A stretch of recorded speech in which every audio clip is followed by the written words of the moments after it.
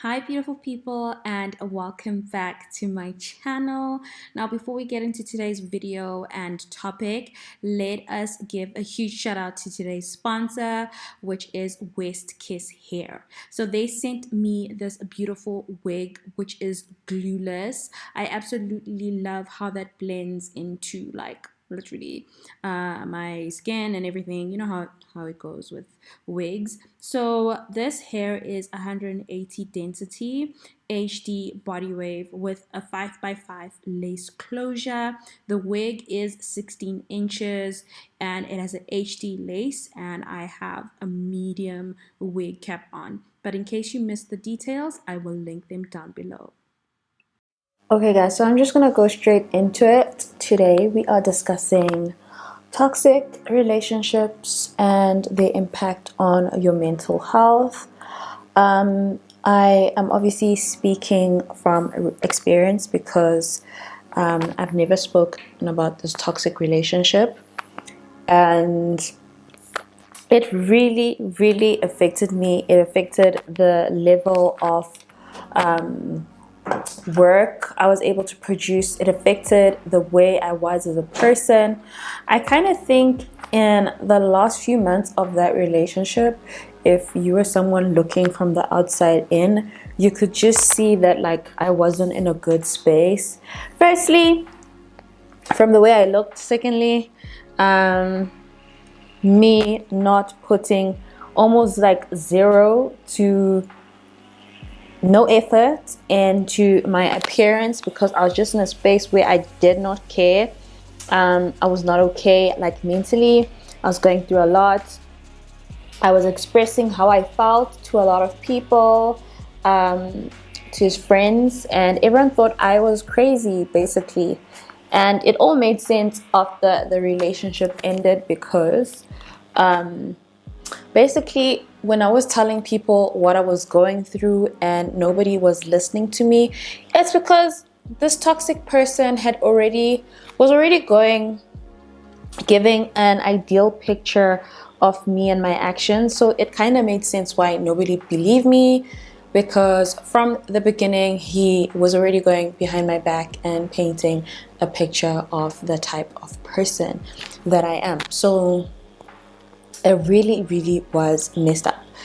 So basically, the purpose of this video is to try and help anyone that's in the same situation sort of decide what is best for themselves. I know being in a toxic relationship can kind of make you think oh my god, I am crazy, I am the problem, everything that is happening in this relationship is my fault because I just can't seem to ever do anything right. I am the one causing people to hit on me. I am the reason my partner is never happy with anything. So if you're in this situation, then just keep on watching, let's talk. So firstly, how do you recognize that you are in a toxic relationship? There are visible signs. One would be manipulation. I think manipulation is not one that you clearly see in the beginning. It takes time, and sometimes that is something that can be picked up by people that are close friends or family. They will recognize the manipulation and tell you, listen, this person is kind of actually controlling your life and telling you what to do. And in this case, the person who noticed the manipulation quite a bit was my sister, because obviously her knowing me, she kind of realized, no man, this is not my sister. This is not how my sister acts. My sister is so different from this. There is no way she is in her right state of mind. So manipulation is one of those points to look out for. Another thing would be control. You might notice that this person starts to control the things you do, how often you see your friends, how often you see your family. And in my case, I think I kind of noticed it the first time when this person had an issue with me seeing my friends that I had not seen in 3 months. Basically, while I was at this lunch date, he started a fight on based on the fact that I didn't spend enough time with him on that weekend because I am out with my friends. And this is me having been out for about 2 hours, and literally I had spent the night at his place, and I was gonna spend the night at his place because he was supposed to pick me up for this lunch. So already you can tell, like, just that, not a vibe. Another thing would be constant criticism. I remember getting constantly criticized for getting a lot of DMs because, yeah, he kind of thought like most of my DMs were flooded with men, whereas I am a beauty influencer. My DMs were flooded with people wanting to know what my foundation shade is, or wanting to know what size a particular outfit is when it comes to like the fashion content that I share. And I really wasn't sharing fashion content quite a lot then. I think my main focus was like lifestyle stuff, so people would basically be asking me about the things that I've shared. So it really didn't make sense why he would always criticize me about looking at my phone, thinking that you know, I was obviously communicating with someone else. Sorry if this mic does make a noise. And another thing was emotional abuse. So the emotional abuse would be through fighting, and it would always be fighting over ridiculous things. I would be accused of cheating when I haven't, so that I would be forced to apologize. And then at first, the reason why I couldn't pick these things up is because also already mentally I wasn't in the right space. Then I was on medication that, you know, the doctor had said would kind of cause a bit of depression, and which it did. And having explained that to the person, then I think they took advantage of that situation, because whenever something would happen, the blame would be shifted on me, and it would be like, oh, maybe it's you because, you know, the doctor did say you're on this medication, so you're the one kind of like making things worse than they should be for the two of us, because you're just like not okay. And later on in life, after having forgiven myself and realized that I was never the problem, I realized the problem wasn't me. And this is how I sort of like pointed out all those issues. And you know, it may take you a bit of time, so please forgive yourself. Do not put any pressure on yourself, because we are all human, okay? We are human. If you don't see this in the beginning, it is okay, because one thing about people that will manipulate you is that they will not allow you to pick this up in the beginning. You'll probably think, oh no, how did I not see this? But trust me, do not blame yourself. You are not at fault here. And obviously also forgiving yourself does take quite a bit of time, so just love yourself. Forgive yourself for not having seen the signs in the beginning.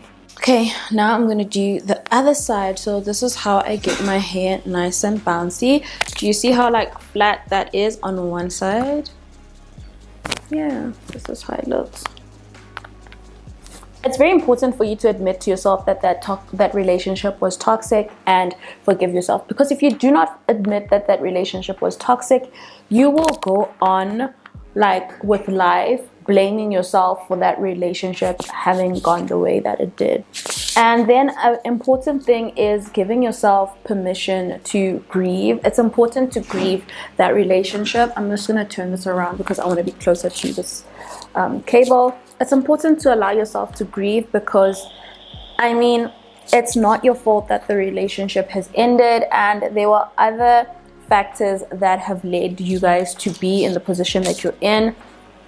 And because the relationship obviously had its ups and downs, there must have been ups that you enjoyed. So it's okay to say, you know what, there was a time in that relationship where I was happy, especially if it started out on a good note and these things started happening much later in the relationship. So do not blame yourself, and take as much time as you need to, like, you know, get over that. Like, you don't really need to like jump into dating immediately. It's also, that might also be hard, because you won't be able to it's going to be like, you'll still be hurting so much, then when someone is being nice, you won't understand whether they're being nice or they are in the stage where they're trying to manipulate you again, because you'll easily be triggered by things that people around you just do. So I always say, like, give yourself time so that whoever comes into your life is not having to deal with that stage where you're healing and uncertain of a lot of things, that you end up pushing them away. And ways in which you can grieve can either be through talking to someone that has been in a similar situation. So if you have a friend that has gone through something like that, and and even if you have a friend that has gone through something like that, it won't be easy for you to pick it up when it happens to you, because I'll tell you something about toxic relationships. They do not start toxic. That is something that happens later. So, grieve by speaking to people that have been in situations like that.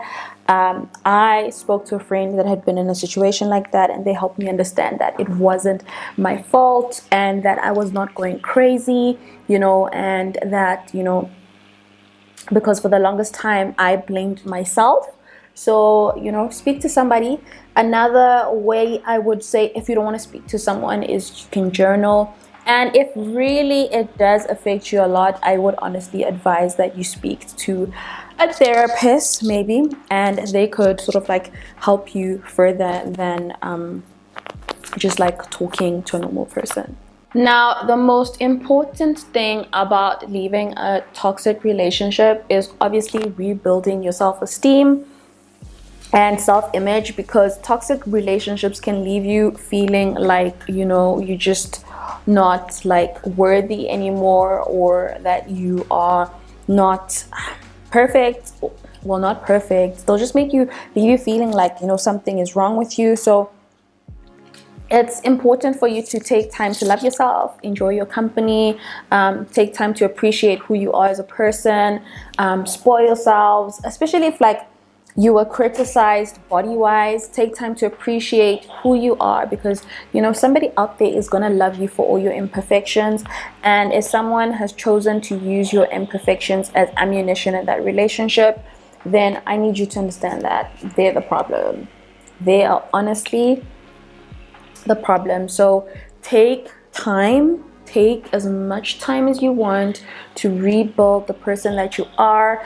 If a way to rebuild your self-esteem is to like buy yourself new clothes, buy yourself new makeup, then go through that. Like, it's super, super important to go through that journey and to not rush it at all. Another thing that I would sort of like suggest is you having a support system during this healing stage, because one thing about a toxic person is they will try come back into your life. They will try wiggle themselves into your life. You need someone who will give you that wake-up call when you think of doing otherwise. Find someone you can speak to who understands you being honest, to say, listen, don't judge yourself when you miss the person, because obviously, I'll be honest with you, what you're missing is the good times that you shared. And a lot of the times what our brain does, it tends to like sort of like block out the moments that hurt us and focus on the good times. So with someone that's done a lot of bad, in most cases, you won't remember all the bad that they've done, but you will remember the good. And as you remember that, you'll think, oh, maybe I was wrong. Maybe I need to forgive them. Maybe I'm over exaggerating. Have someone that will be there to constantly remind you what this person has done and why you deserve better. And if you do realize you deserve better without having to have a support system, then I do give you a shout out and say well done to you. For most people, it's never easy, and just saying, I'm not speaking as a trained therapist or anything like that, so please do not take this as advice that comes from a person that is trained to do this. I'm just sharing tips based on how I have healed from a situation in my life, and I thought that it would be more helpful to share my hair videos with information that is valuable rather than me just doing my hair, because guys, I think you would get tired of seeing me do my hair, but if it's information that is vital to you and helps you in some way, then you'll probably enjoy it. So this was my way of coming back to hair tutorials, so that we're more focused on giving you information that I feel we both deserve. It's like having a chit chat with your older sis, you know. And then an important point where I know a lot of you might be like, oh my gosh, no, is forgiving and letting go. It's very important in order for you to move on from this person, to just forgive them and let what they've done go. I mean, it will offer you a lot of healing, and it will also stop like that person or whatever they've done from getting in the way of anything new that's coming into your life, especially if you have a relationship with someone new. You don't want to be dwelling on the past. I mean, it's okay to speak about it with your new partner, because they need to understand like what you've been through in the past, because this will also help them understand like why you're triggered by certain things. So yeah, just forgive and let go and move on, basically.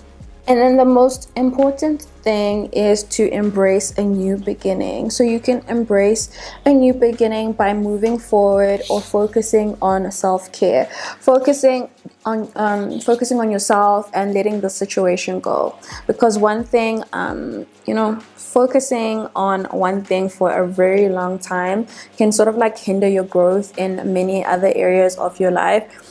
I understand you feel so bad that like you've allowed this to happen to you.